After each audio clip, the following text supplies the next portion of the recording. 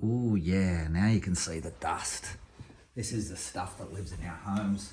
Even these beautiful, beautiful, ostensibly regularly cleaned houses. Look, once you really get in there and you start bothering it and you're in a shaft of sunlight, then you can see it floating around. Look at it, it's beautiful, isn't it?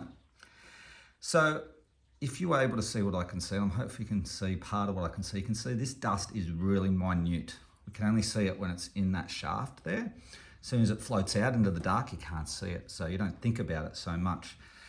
But what's happened with all this dust, if you can see, is it's individuated. It's anti-clinging to each particle because it's got a static electricity charge. The other thing you can see is it's floating upwards. Okay, so when we bother it, we're putting a positive static electricity charge on each particle, and then it's floating upwards and it's repelling other particles and it's staying suspended midair for 5 days, up to, and you can't see it. So you're cleaning and carrying on and all this dust goes into the air, and then within 5 days, it's resettled again. So you need to know and think scientifically why it behaves like this in order to be able to figure out how to counter it. And we have figured out how to counter it, and we're going to share that secret with you in a future video. But first, we really need you to get into the science of why it floats.